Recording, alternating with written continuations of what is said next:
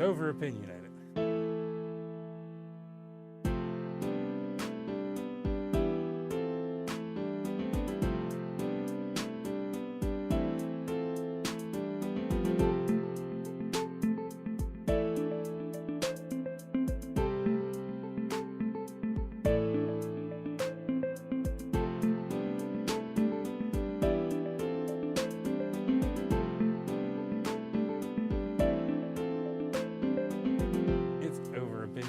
With Josh Scott. And welcome to Over Opinionated. Thank you all for tuning in. I really appreciate all the support I've been getting, and big or small when it comes to prayers. If you want to be a Patreon member, you can go to www.patreon.com/overopinionated679, and then the O in over opinionated is capitalized. A shout out to my first Patreon supporter becoming a superhero supporter, Anita Sexton of Whitfield. Thank you so much. And there's a bunch of different tiers. Well, there's free tiers. There's a supporter, there's a sidekick supporter, and there is a superhero supporter. And the biggest tier is only $7 a month. And all the money will go to help out the podcast and help it grow, help get equipment. I definitely need a microphone right now. And that's just if you have the funds. I understand times are very, very hard.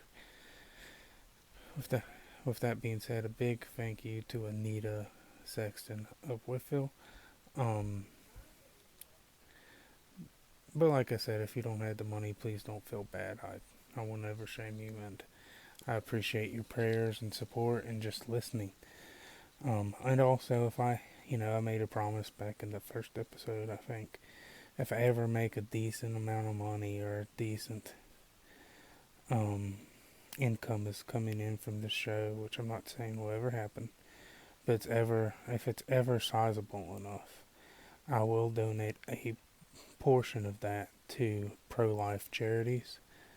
I already give the one now, and it's they are pro-life clinics that help mothers when they first started to choose life and help them along during the day. And I apologize for the background music or noises. It's just kind of how it is until I get my setup. Well, I asked on Twitter and Facebook for those who are on there that listen, my main followers, if you really cared about the State of the Union or if you wanted a spiritual or a different type of podcast.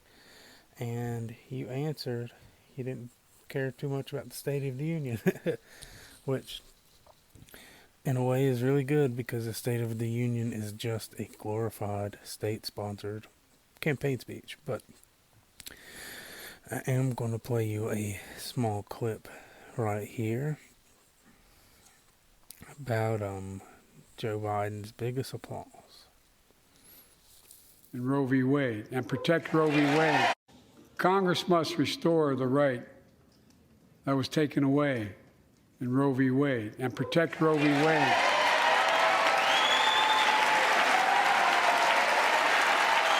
Give every woman a constitutional right.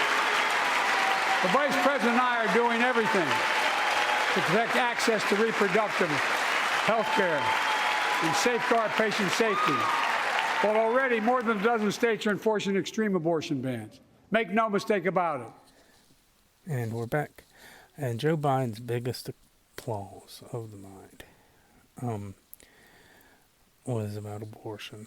He calls it reproductive rights or reproductive freedom. They have a lot of euphemisms to say we're going to kill babies. And listen, if you ever have any liberal friends, you just bring up the fact that it is a baby from moment of fertilization, whenever the sperm goes into the egg. That is unique. human DNA and human life. Separate from the father and separate from the mother, has unique human DNA. From that very moment, University of Princeton has came out with a study that it says that um, we basically know when life begins, and there's some debate, but not a lot scientifically. It's just the point, when do we consider this a viable human or not, at what stage. But we know that new life begins at fertilization. So you can use whatever euphemisms you want: reproductive freedom, reproductive health. Um, all you're doing is killing something that you already reproduced. So, and the pro-choice people will always say we're not pro-life, we're pro-birth. Number one, I'm okay with being called pro-birth. Yes, I'm for the birth of children, opposed to them being killed in the womb. Also, that's just not true. I support all life in all phases. Um, we might have different means of distributing uh, what would be the best quality of life and helping those people. A lot of conservatives will say private charity is better than government assistance. And that doesn't make you cold-hearted. That makes you see the world differently. In a lot of instances, charity is better than government assistance. I believe you have to have both.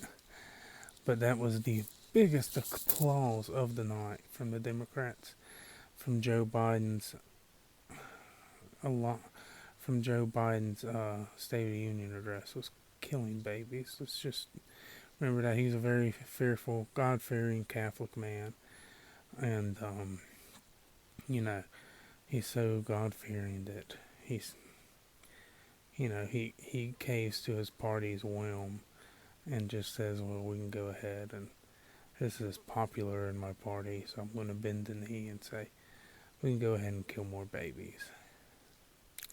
That's pretty disgusting to me. And we shouldn't let him off the hook just because he's a Democrat. We have to hold them accountable. With that said, the United States has had several UFOs being shot down. There was one shot down off the coast of Alaska, in Alaska, and there was one shot down into Canada just after you leave Alaska. The Pentagon hasn't said what all these are. When it says UFOs, that does not just mean alien from outer space. That means they're unidentified. We don't know what they are. And that's very concerning after we see a Chinese space balloon fly all over the United States and one in South America. So we've got to keep an eye out on that. It's concerning as national security concerns.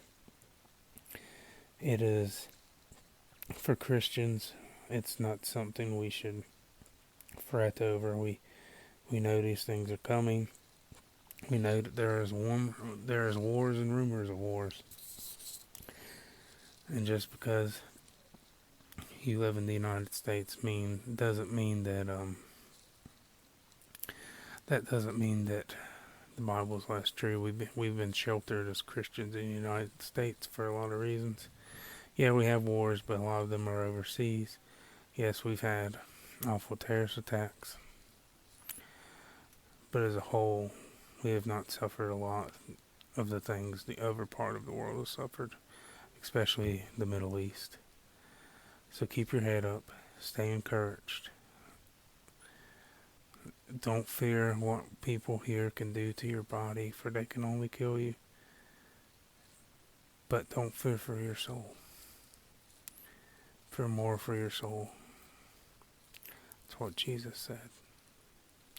Paraphrasing. But anyway,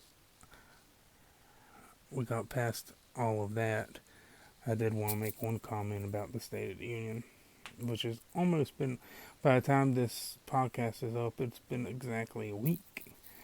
Oh, one thing that I haven't got to address, and it's been either exactly a week or over a week since this has happened with my, but I hadn't got to address it from the podcast. It was after my last release. When it comes to, when it comes, when it comes to the recent Grammys, um, there was a song called Unholy celebrating adultery. It's big around TikTok, and the main star dresses up as the devil and has people seductively worship him. I have a few comments about this. Obviously, it's disgusting, but it's also trolling. They're trolling the Christians to make them mad and get a big response, and they got one, and rightfully so. But I would call them Satan worshippers. Now they would say, well, that's crazy. I don't belong to a Satanist religion, and they're going to go textbook definition on you. I know you might not worship a physical, actual devil. You might not believe in him. But when you're worshiping yourself, and you're choosing this symbolism as a rebellion of Christian culture, and what you're saying is, I'm going to gratify myself. This is about me. I'm rejecting Christ. I'm rejecting what Western civilization is based off. This is about me, me, me. And in that way you become like the serpent in the Garden of Eden, saying, you shall truly not die. So in that sense, they are Satan worshippers. They might not be in the sense of we follow this official religion of Satanism. But okay, you do follow Satan and follow in your own dark heart. To rebuke Christianity, you go so low to show an image of Satan being worshipped and laugh and say, oh, he's not real. Well, the greatest trick the devil ever pulled, and the greatest thing he ever did was convince people that he's not real. And when he convinces people he's not real, there's no real threat to people. But let me tell you, as Christians, we have to believe the devil's very real. And we have to reject this nonsense and pray for these people, for their souls could still be saved. And pray that our culture will turn away from this. Okay. Well, I want to talk to you about marriage politically and spiritually. As a Bible-believing Christian, I believe marriage between God, rightful marriage between God, is between one man and one woman, and in a covenant with God. I know that the Old Testament, sometimes a marriage would be between a man and multiple women. That is not what God prescribed, but he did allow it in certain instances and gave people grace. But they weren't doing it in rebellion toward God. And it wasn't done as a perverted thing. Yeah, it wasn't done as a perverted way of marriage. And it wasn't done as a total rebuke of God's plan and celebration of that rebuke. There are two different categories I want to talk about. There are the political side of marriage and the spiritual, and I'll try to separate them.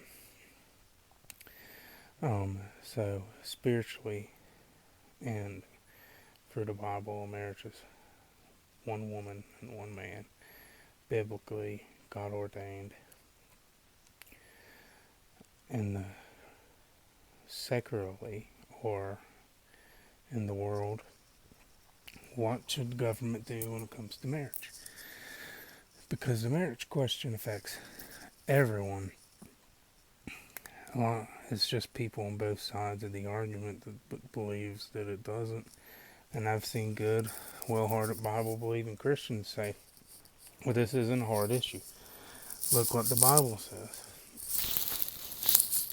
But what does the Bible mean to those who don't believe? You can say we want to base our laws and the morals off of that, and I'm fine. I agree.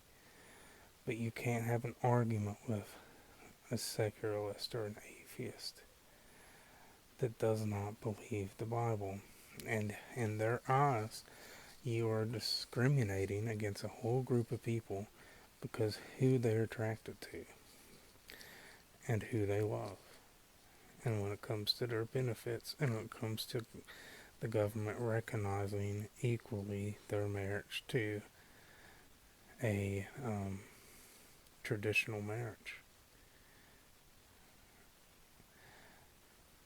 And it does affect them. It affects their benefits, and it affects a whole host of things. It also affects Christians or everyday people too that live in a world where there is gay marriage.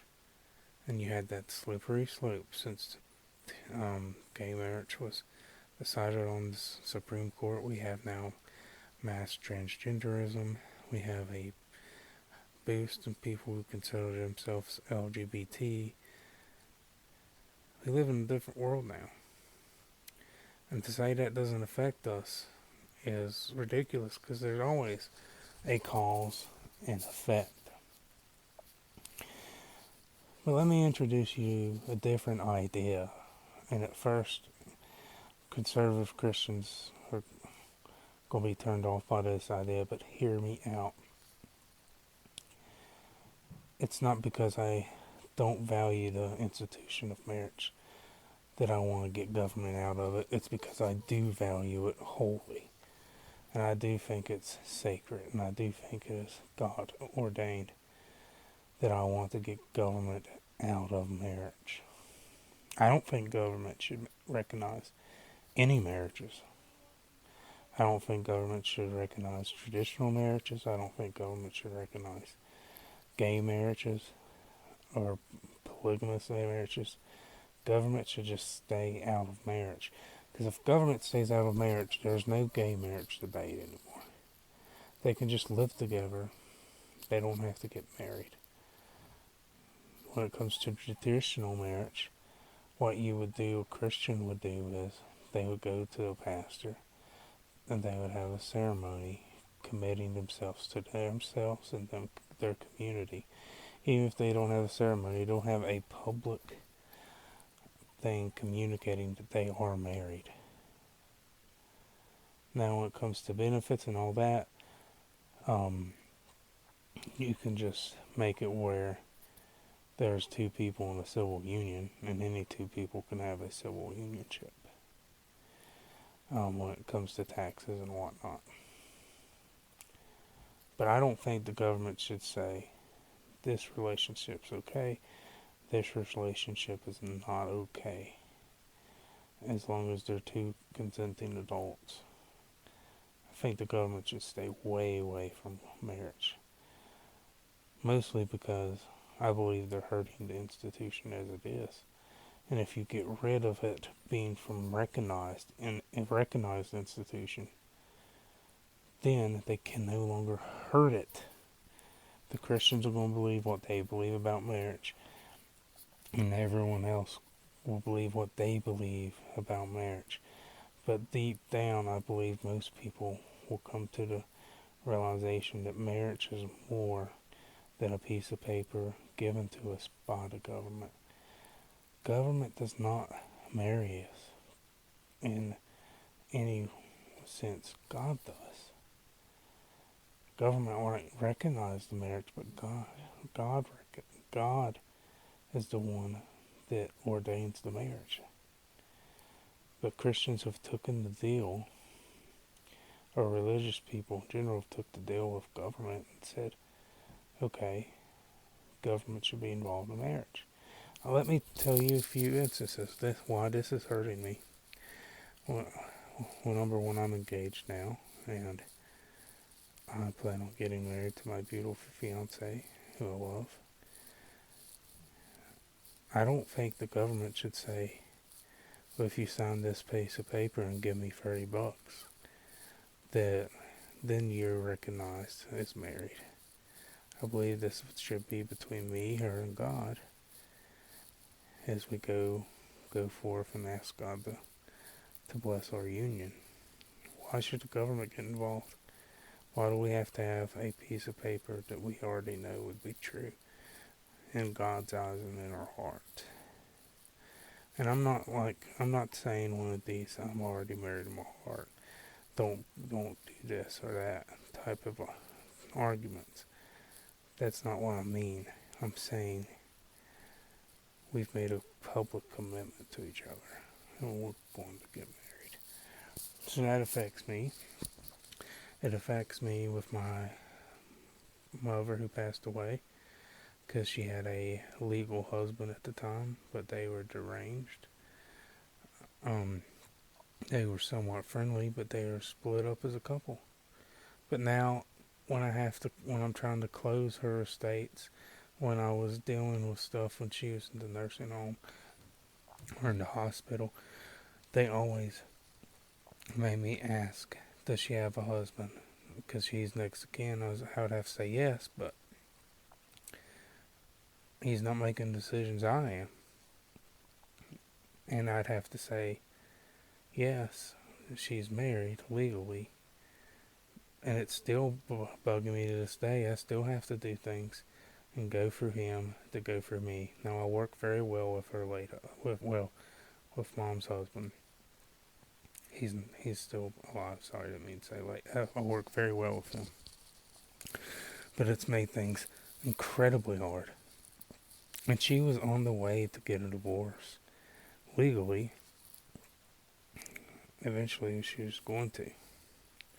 She just hadn't went through the paperwork. So it's made things a lot more difficult on me. Because they were legally married, but spiritually, I believe their union had been dissolved. Now you might say, well, they might still be spiritually married. I understand that. But the union was in such disarray that it wasn't going to be repaired. Is that government's job to say yes? You're still married? Is that government's job to say we're holding you to these same legal concepts? I'm not saying they have all the answers. I don't. What I'm saying is, I don't think government should say this is a worthy relationship. We're going to give you the nod of approval, and you get tax incentives, and you get this and that, and you get more benefits. But when it comes to these people, no. You're a mixed race, you can't marry. You might say that doesn't happen now, but it used to. It did for a long time. Who's the government to say that? Who's the government to say that two people, two different colors, that loved each other? It's not even unbiblical to get married outside your own race. I know some people might believe that, but I have not read something that's indicated you can marry outside your own color. Now, it has talked about race in terms of religion. Spiritually, you're not supposed to marry outside of a Christian, isn't supposed to marry a non-Christian, and before that a Jew wasn't supposed to marry a non-Jew. But who's the government to say one man and one woman of different skin colors can't get married? Now, we as a society has determined that that is not as bad. Most of us have. But just fathom, what if you were together in the 1940s with your loved one and you want to get married and you live in the deep south of Alabama, and there's nothing biblically against that, but you are barred from it. Are you to say, well, the government won't let me do it? Or are you to say, we're going to go before God and our community and say we're married? These are important questions. And the gay people feel the same way about gay marriage. Now, it's different spiritually. I think gay marriage is a sin. I do think people can feel a, I do, I do believe people are born with a attraction to the same sex. I believe people are born with all kinds of sin nature that we have to repent and ask God to forgive us. But I do believe you can be born with a same-sex attraction. But that is our job, to repent and then say, Jesus, help me. I accept you as Lord and Savior. Please help me fight this sin. And there are Christians out there that reject homosexuality even though they have a same-sex attraction. And those guys are great people. With that being said, most people in general don't believe, most people aren't Christians abiding to the Bible. So they have no incentive to reject that self, especially when society is more open to homosexuality. And now it's not even just open to it, it celebrates it. It celebrates something that God says is a sin. And then but if you have government recognized marriage, then when the moment government says same-sex marriage is recognized, then you have the government saying that this is a good union and it is ordained. And a lot of people get their morality from government. You might say that's dumb. I agree. But a lot of people will say, well, it's not against the law. Or they will think that since the general consensus of the government voted on by representatives voted on by people and so forth, that that is right or wrong. So if these people are taking their morality from the government, when the government says that homosexuality in marriage is okay, they're going to say, well, this is okay. And we're misleading people. If you get rid of government instituted marriage, and it is seen as a holy thing unique to religious people, then those people that put the same faith of morality in government are now going to start seeing, well, marriage isn't recognized. They're going to go to the conclusion that church determines what marriage is and isn't. They might come up with some other rationales that aren't as good. That, well, that means I can do whatever I want in the bedroom, or that means I can live with whoever I want whenever I want. Number one, you can already. It's not against the law. But I would rather take the bet the government is out of the institution of marriage, and that is church and spiritual leadership that determines what a marriage is, and that a godly marriage is between a man and woman. Let's get government out of marriage. If you're for small government conservatism, I support some small government in some areas. I want some bigger government. And when I say that is, when it comes to the military, I want a big military. Well, that means government.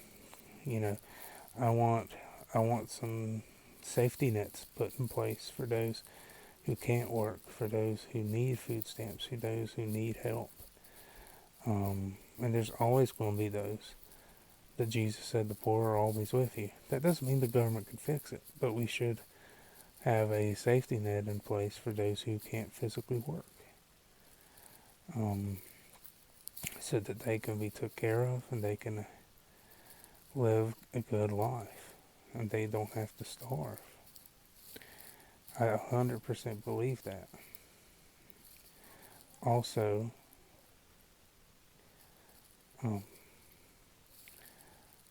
when it comes to a lot of these small government conservatives, a lot of them will say, let's take government completely out of healthcare. Let's take government completely out of what we can and cannot protect our families with our Second Amendment rights. Let's take government out of what we can and cannot say, because the First Amendment, and I agree with that latter, um, government should not be involved in anything, cut all regulations, and then they'll go, whoa, whoa, whoa, whoa, whoa. Let's not get rid of the institution of marriage. They'll say government sucks at everything, but government should be involved in marriage. Well, if they suck at everything, let's get them out of marriage. If they suck at everything else, they're probably going to suck at marriage too. And I mean no disrespect to anyone who is legally married. I think marriage is wonderful and beautiful in between God's eyes and your partner's eyes. I want to read you a passage from Genesis. It's the second chapter, and I'm reading out of the New International Version. And this will also be double for a verse of the day. I always end with a verse of the day, so this will double as that. And this will start at chapter 2, verse 20. So the man gave names to all the livestock and the birds and the sky and all the wild animals. But for Adam no suitable helper was found. So the Lord caused the man to fall into a deep sleep. While he was sleeping, he took one of the man's ribs and then closed up the place with flesh. Then the Lord made a woman from the rib he had taken out of the man and brought forth the man to her. The man said, now this is bone of my bones and flesh of my flesh. She shall be called woman, for she was taken out of man. This is why a man leaves his father and mother and is united with his wife, and they become one flesh. Adam and his wife were both naked, and they felt no shame. Man, I love that passage, especially with me getting married now. You go to verse 23, and Adam is making his marriage vows to Eve, basically. He says, you're bone of my bone and flesh of my flesh. You are every part of me, inside and out. God made you from me. And that is symbolic, but it's beautiful. That every part of me is a part of you, and every part of you is a part of me. We are now one, and God is ordaining this marriage. God is officiating it. We don't need government to get involved in that beautiful portrayal of marriage. There was no sign the dotted line here, pay $30 here, show them a birth certificate or whatever. It depends on what state you're in. It was God and Adam and Eve, two couples standing right next to each other. Now listen, I do believe as Christians that it is our duty to obey the law. I'm not saying that if you haven't went before the government that you're not really married, because I believe it's based on your heart and is a case by case issue. But for me, my heart kept churning and saying you should get legally married. Not because I agree with government being marriage, but because I respect the authority that God has given them.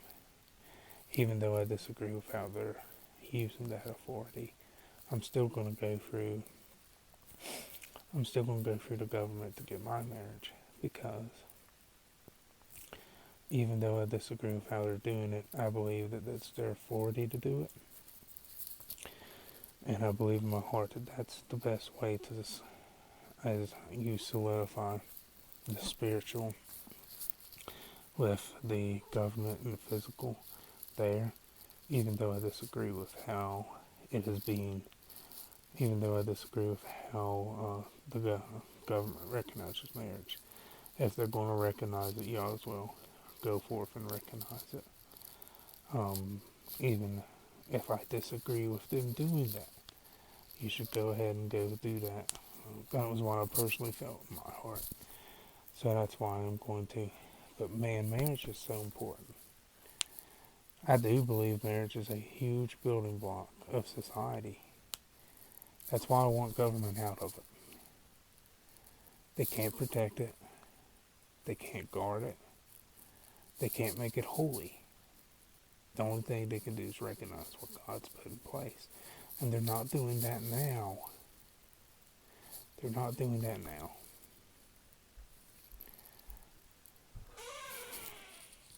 So my question is, if government can't do that right now, if they can't protect the institution as it is, why do you want the institution protected?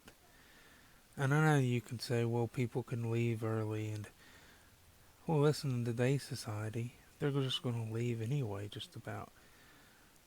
Do you think that piece of paper protects children that much? It's not a big protection. It's very, very small. So the pros of getting rid of institutional marriage outweighs the cons of it.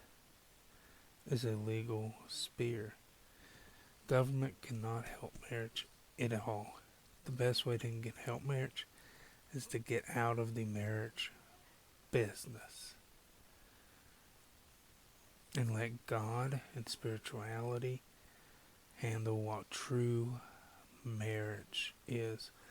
I want to leave y'all guys with one more verse as we close the program. This doesn't just talk about marriage, but this passage is cited a lot at a lot of weddings and in marriage because it works with it. It's not just for marriage. It could also be love between friends, and this verse would work. But I'm actually going to read you a whole chapter. It's a small chapter. It's 1 Corinthians chapter 13. Verse 1 out of the New International Version. If I speak in the tongues of men or angels, but I do not have love, I am only a resounding gong or a clanging instrument. If I have the gift of prophecy and can fathom all mysteries and all knowledge, and if I have faith that can move mountains, but I do not have love, I am nothing.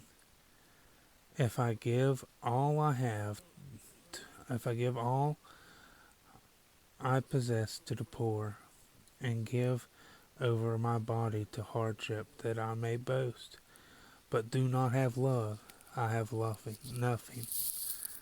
Love is patient, love is kind. It does not envy, it does not boast, it is not proud. It does not dishonor others, it is not self-seeking. It is not easily ignored, it keeps no records of right and wrong. Love does not delight in evil, but rejects with the truth. It always protects, always trusts, always hopes, and always preserves. Love never fails. But when there are prophecies, they will cease. Where there are tongues, they will be silent. When there is knowledge, it will pass away. For we know in part, and we prophesy in part. But when completeness comes, what is in part disappears. When I was a child, I talked like a child. I fought like a child. I reasoned like a child. When I became a man, I put away the ways of childhood behind me. For now, we see only a reflection as in the mirror.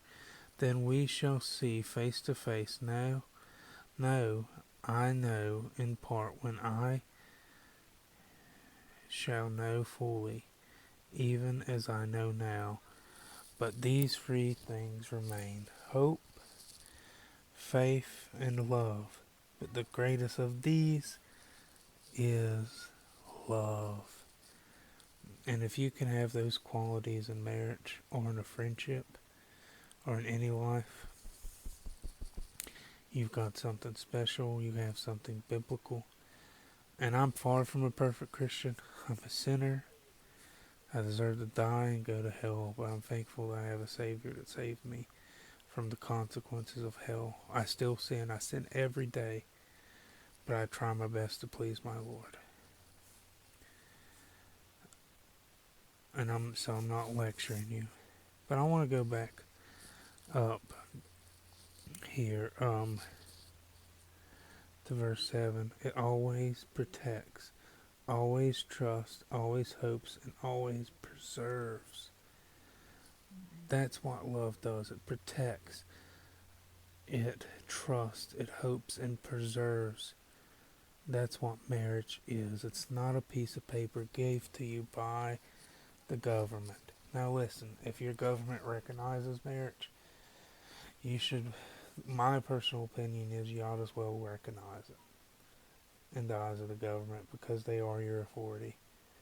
But it is my personal opinion that government should stay out of the marriage business, and that will help marriage as an institution. But God bless you. I hope you all have a great day, and I will see you soon over Opinionated. And thank you to my lovely fiance for putting together my intro music. Have a great day.